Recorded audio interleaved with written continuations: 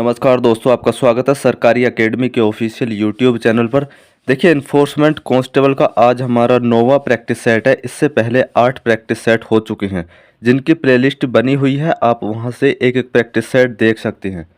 तो देखिए, हमारा इस सेट का पहला क्वेश्चन और सीरीज का 161वां क्वेश्चन है।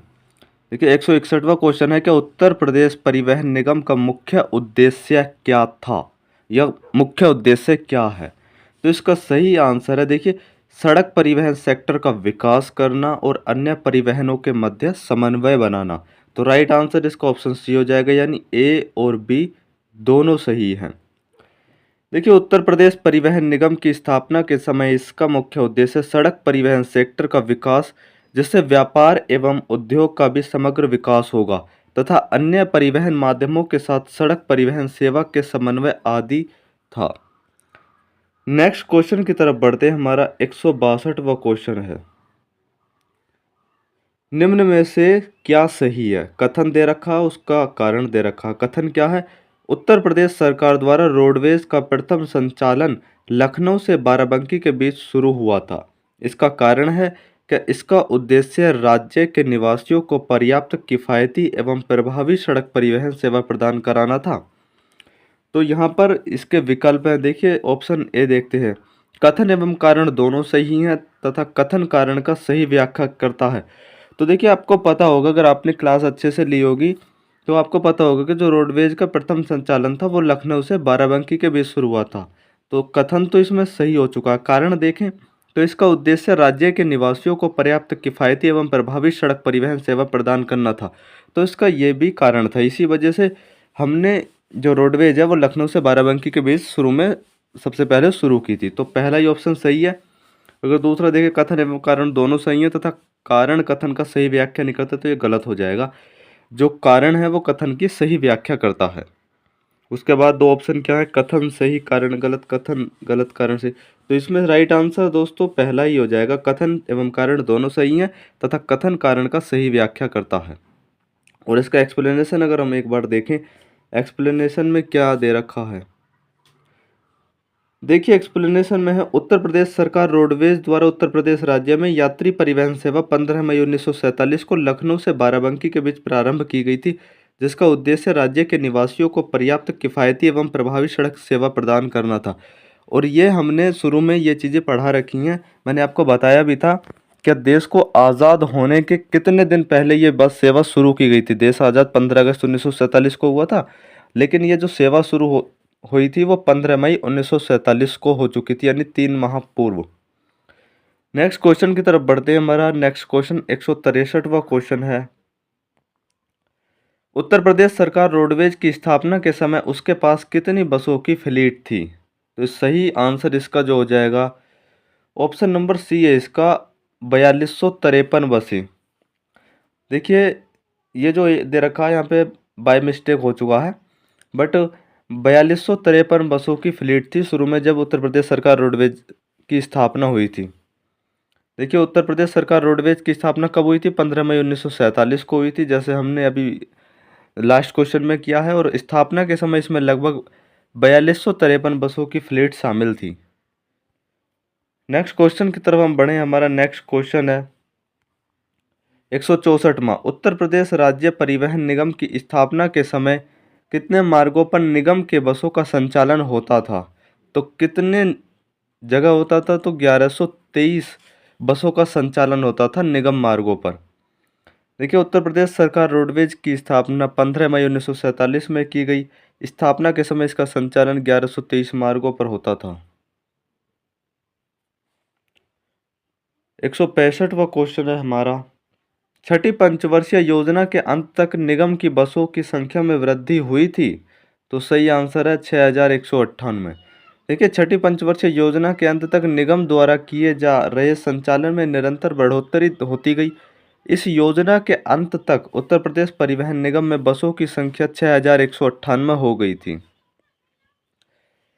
नेक्स्ट क्वेश्चन हमारा 166वां क्वेश्चन है, नवी पंचवर्षीय योजना के दौरान निगम में कितनी बसों को विस्थापित किया गया था। तो 2427 बसों को, यानी 2427 बसों को विस्थापित किया गया था। देखिए, नवी पंचवर्षीय योजना के दौरान 2427 बसों को विस्थापित किया गया तथा 3785 बसों को नीलाम किया गया था। वर्ष 2001 से 2022 के अंत तक निगम के पास 6105 बसों की फ्लीट थी। नेक्स्ट क्वेश्चन की तरफ बढ़ते हैं। हमारा नेक्स्ट क्वेश्चन, 12वीं पंचवर्षीय योजना में कितनी बसों को निगम में शामिल किया गया? तो 4866 बसों को। देखिए, 12वीं पंचवर्षीय योजना में 4866 बसों को शामिल किया गया तथा 2659 बसों को फ्लीट से हटा दिया गया था। वर्ष 2016-17 के अंत तक निगम के पास बसों की संख्या लगभग 9277 हो गई थी। अगर कहीं पर भी आपको कोई सिली मिस्टेक लगती है तो आप ज़रूर उस चीज़ को नोट डाउन करते हुए चलें। ऐसा बिल्कुल नहीं हो सकता आपको समझने में थोड़ी दिक्कत आ रही हो, पर मेरा ये कहना है दोस्तों आपसे कि ये जो फैक्ट हैं ये आपको देखो 2-3 बार इनका रिवीजन करना ही पड़ेगा, वरना ऐसे फैक्ट जो है याद नहीं हो पाते। एक बार क्लास देखोगे आप तो ऐसा याद नहीं हो सकते। कहीं-कहीं हो सकता है मुझसे बोलने में अगर मिस्टेक हो जाए तो जो चीज़ें लिखी हुई हैं उन चीज़ों पर भी फोकस करना चाहिए। हालाँकि मेरी तरफ से कोशिश यही रहती है कि गलती बिल्कुल भी ना हो। मैं अगर गलती हो भी जाती है तो उस चीज़ को सुधारने की पूरी कोशिश करता हूँ। कमेंट कर दिया करें अगर आपको कहीं पे कोई आंसर आपको गलत लगता है या कोई दिक्कत है। हालाँकि मैं जहाँ पर मुझे लगता है कि क्वेश्चन का थोड़ा आंसर सही सा नहीं लग रहा तो वहाँ पर मैं गूगल पे सर्च करके भी उस क्वेश्चन को देख लेता हूँ अगर मुझे डाउट होता है तो। क्योंकि 2-3 क्वेश्चन ऐसे लगे जहाँ पर डाउट हुआ तो मैंने वहाँ पे खुद पे गूगल पे सर्च किया, तब मैंने आपको सही पढ़ाया है। यानी पहले सर्च करने के बाद में तब आपको पढ़ाया है, कोई भी चीज़ हो। नेक्स्ट क्वेश्चन की तरफ बढ़ते हैं। 168वां क्वेश्चन है, वर्ष 2016-17 में उत्तर प्रदेश परिवहन निगम के पास कितनी किराए की बसें थीं? तो किराए की बसें 2400 बसें थीं। देखिए, 12वीं पंचवर्षीय योजना में 4866 बसों को निगम में शामिल किया गया तथा 4189 बसों को हटा दिया गया। किराए की बसों का सेंस ये होता है, मैंने पहले बताया था आपको। देखो, अगर आपने कोई बस खरीदी और आप रोडवेज में उसे लगाना चाहते हो तो आप लगा सकते हो, वो आपकी खुद की बस है। बट उस पे जो उस समय आपको किराया आता रहेगा, बट वो सरकार के कंट्रोल में रहेगी। यानी जो सरकार की जो बसें चलती हैं रोडवेज, उसके अंतर्गत ही वो कार्य करेगी, आपको उसका किराया मिलता रहेगा। तो ऐसा सरकार बसें जो है किराए पर भी उठाती है। तो 24 से बसों 2016-17 में उत्तर प्रदेश परिवहन निगम के पास कितनी किराए की बसें थी? तो 2400 बसें थी। और इसके आगे देखो एक्सप्लेनेशन अगर हम देखें इसमें, तो 2016-17 के अंत तक निगम के पास 2400 किराए की बसें थी। निगम के पास कुल बसों की संख्या 9277 हो गई थी, जो पूर्णतः उसके अधीन थी। तो भाई ये तो फैक्ट हैं और ये आपको रटने पड़ेंगे, याद भी क्या करने हैं, रट लो इन्हें। यहाँ से क्वेश्चन डेफिनेटली देखने को आपको मिलेगा ही मिलेगा। नेक्स्ट क्वेश्चन की तरफ बढ़ते हैं। 169वां क्वेश्चन है हमारा, उत्तर प्रदेश राज्य सड़क परिवहन निगम का कॉरपोरेट कार्यालय स्थापित है? तो राइट आंसर लखनऊ हो जाएगा। यानी उत्तर प्रदेश राज्य परिवहन निगम का कॉरपोरेट कार्यालय लखनऊ में स्थापित है। निगम को 30 अक्टूबर 2003 में उत्तराखंड राज्य में सेवाओं के निर्वहन हेतु पुनर्स्थापित किया गया था। नेक्स्ट क्वेश्चन की तरफ बढ़ते हैं। हमारा 170वां क्वेश्चन है, प्रभावी संचालन हेतु निगम को कितने क्षेत्रों में बांटा गया है? तो 20 क्षेत्रों में बांटा गया है। यानी 20 क्षेत्रों में इस वजह से बांटा गया ताकि जो समन्वय है वो अच्छे से बन पाए और यात्रियों को अच्छे से सुविधा मिल पाए। इस तरीके से 20 क्षेत्रों में प्रभावी संचालन के लिए निगम को बांटा गया है। देखिए इसका एक्सप्लेनेशन एक बार देखें हम।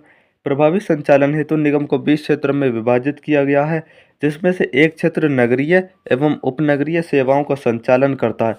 सभी क्षेत्रों के पास उनकी क्षेत्रीय कार्यशाला है, जहां प्रमुख मरम्मत एवं रखरखाव कार्यों, असेंबलिंग कार्यों का निष्पादन किया जाता है। जब इन क्वेश्चनों को आप पढ़ोगे, 2-3 बार देखोगे या आप नोट डाउन कर लोगे कहीं ना कहीं, अगर कोई क्वेश्चन आपको एकदम से याद नहीं हो पा रहा तो आपको याद हो जाएगा, तो यही क्वेश्चन आपको बहुत आसान लगने लगेंगे। नेक्स्ट क्वेश्चन 171, डिपो कहा जाता है? तो डिपो कहा जाता है प्रत्येक क्षेत्र के आगे संचालन इकाइयों को। ऑप्शन ए सही है। देखिए, परिवहन निगम में प्रत्येक क्षेत्र के आगे संचालन इकाइयों में विभाजित किया गया है, जिन्हें डिपो कहा जाता है। निगम में कुल 115 डिपो हैं, जिसमें कार सेक्शन भी शामिल है। सभी डिपो के पास उनकी डिपो कार्यशाला है, जो सहायक रखरखाव सुविधाएं प्रदान करता है। नेक्स्ट क्वेश्चन 172वां क्वेश्चन हमारा, परिवहन निगम की बसों के नवीनीकरण तथा नई चेसिसी पर ढांचे के निर्माण हेतु कहाँ पर कार्यशाला स्थापित किया गया है? तो कानपुर में किया गया। देखिए, परिवहन निगम द्वारा बसों के नवीनीकरण एवं नई चेसिसी पर ढांचे के निर्माण हेतु कानपुर में दो केंद्रीय कार्यशालाओं को स्थापित किया गया है, जिनमें से एक केंद्रीय कार्यशाला रावतपुर एवं दूसरी जो है राम मनोहर लोहिया कार्यशाला एलेन फॉरेस्ट में है। नेक्स्ट क्वेश्चन हमारा 173वां क्वेश्चन, उत्तर प्रदेश में कितने टायर रिट्रेडिंग संयंत्रों को स्थापित किया गया है? तो 8 टायर रिट्रेडिंग संयंत्रों को स्थापित किया गया है। देखिए, उत्तर प्रदेश में 8 टायर रिट्रेडिंग संयंत्रों को स्थापित किया गया है, जो इन हाउस टायर रिट्रेडिंग सुविधा प्रदान करने का कार्य करते हैं। भाई, बहुत इंपॉर्टेंट क्वेश्चन हमारे चल रहे हैं, आप लगातार जुड़े रहें हमारे साथ, आपको ज़रूर फ़ायदा मिलेगा। और वादा है आपका जो भी ये मैं क्वेश्चन करा रहा हूँ, आपको एग्ज़ाम में देखने को डेफिनेटली आपको मिल जाएंगे, तो बस आपको भरोसा रखना है। क्वेश्चन नंबर 174 है, निम्न में से कहाँ पर टायर रिट्रेडिंग संयंत्रों को स्थापित नहीं किया गया है? तो कहाँ पर नहीं किया गया, तो हमें पता होना चाहिए कि कहाँ पर किया गया है। तो सबसे पहले इसका एक्सप्लेनेशन हम देख लेते हैं। देखिए, टायर रिट्रेडिंग संयंत्रों की स्थापना गोंडा में नहीं की गई है, तो कहाँ कहाँ पर की गई है? उत्तर प्रदेश में आगरा, लखनऊ, गोरखपुर, गाजियाबाद, बरेली, कानपुर, सहारनपुर, प्रयागराज, मुरादाबाद एवं इटावा में 8 टायर रिट्रेडिंग संयंत्रों की स्थापना की गई है। जो हमने लास्ट क्वेश्चन में बात भी कही थी कि 8 टायर रिट्रेडिंग संयंत्रों की स्थापना की गई है, वो 8 जो जगह हैं उनके नाम एक्सप्लेनेशन में मिल चुके हैं। तो अब क्वेश्चन पढ़ो आप कि निम्न में से कहाँ पर टायर रिट्रेडिंग संयंत्रों को स्थापित नहीं किया गया है? तो लखनऊ में किया गया है, आगरा में किया गया है, कानपुर में किया गया, पर गोंडा में नहीं किया गया। तो राइट आंसर गोंडा हो जाएगा इसका। नेक्स्ट क्वेश्चन की तरफ बढ़ते हैं। 175वां क्वेश्चन है हमारा, राज्य सरकार एवं निगम से संबंध स्टॉप कार की मरम्मत के लिए पृथक इकाई की स्थापना की गई है, तो लखनऊ में की गई है। देखिए, राज्य सरकार एवं निगम से संबंध स्टाफ की कार की मरम्मत एवं रखरखाव हेतु एक पृथक इकाई को लखनऊ में कार सेक्शन के नाम से स्थापित किया गया है। नेक्स्ट क्वेश्चन है हमारा 176वां क्वेश्चन है, कौन सा सही नहीं है? आगरा, गाजियाबाद, मेरठ, सहारनपुर, एक तरफ तो शहर के नाम दे रखे हैं, एक तरफ डिपो की संख्या दे रखी है, तो उन्होंने पूछा क्या कौन सा सही नहीं है? तो देखिए, सही सम्मेलन अगर हम देखें इसका, तो सही तो देखो बी वाला नहीं है। गाजियाबाद में 5 डिपो नहीं है, गाजियाबाद में 8 डिपो हैं। तो इसका एक्सप्लेनेशन देखें तो आगरा में 6 डिपो हैं, गाजियाबाद में 8 डिपो हैं, मेरठ में 5 डिपो हैं, सहारनपुर में 6 डिपो हैं। तो इस तरीके से भी मिलान करने को आपको देखने को मिल सकते हैं, ताकि आपको कन्फ्यूजन क्रिएट हो। तो कन्फ्यूजन क्रिएट ना हो इसलिए ही हम आपको पढ़ा रहे हैं, और इसलिए ही इतने सारे क्वेश्चन की जो सीरीज है वो हमने चला रखी है। नेक्स्ट क्वेश्चन हमारा जो 177वां क्वेश्चन है, निम्न में से सही सुमेलित है। तो यहाँ पर भी डिपो की संख्या आ गई, तो उसके लिए जो कूट दे रखे हैं वो इसके नीचे हम देख सकते हैं इस तरीके से। देखिए, यहाँ पर हम बात करें प्रयागराज की, तो 8 डिपो हैं प्रयागराज में, आजमगढ़ में 7 डिपो हैं, कानपुर में 6 डिपो हैं, झांसी में 2 डिपो हैं। जो जो डिपो हम पढ़ा रहे हैं आपको, आप ये मत सोचना इनसे बाहर चला जाएगा। अगर 1-2 डिपो बाहर जाएगा भी ना, तो वो भी आप कवर कर लोगे, एलिमिनेट कर जाओगे। आप सभी डिपो को मत पढ़ना, प्रदेश में बहुत डिपो हैं, हर शहर में कई कई डिपो हैं, बट आपको जो मुख्य शहर हैं वहाँ के डिपो देख लेने हैं। प्रयागराज में कितने? 8, आजमगढ़ में कितने? 7, कानपुर में कितने? 6, झांसी में कितने? 2 डिपो। और इससे पहले जो क्वेश्चन कराया था उसमें भी डिपो की संख्या थी। बस ये जो भी क्वेश्चन मैं सीरीज में करा दूंगा, इन्हीं क्वेश्चनों को आप रिपीट कर लेना 2-3 बार। इससे बाहर क्वेश्चन अगर चला भी जाएगा ना, तो क्वेश्चन करके आओगे एलिमिनेशन का यूज करके। नेक्स्ट क्वेश्चन की तरफ हम बढ़ते हैं। हमारा नेक्स्ट क्वेश्चन क्या है? देखिए, 178वां क्वेश्चन है हमारा, उत्तर प्रदेश परिवहन निगम की बसें प्रमुख रूप से निर्मित करते हैं, तो कौन करते हैं? टाटा और अशोक लीलैंड। तो ए और बी सही है। आपने देखा भी होगा, टाटा भी बसें बनाता है और अशोक लीलैंड की भी आपने बहुत बसें देखी होंगी।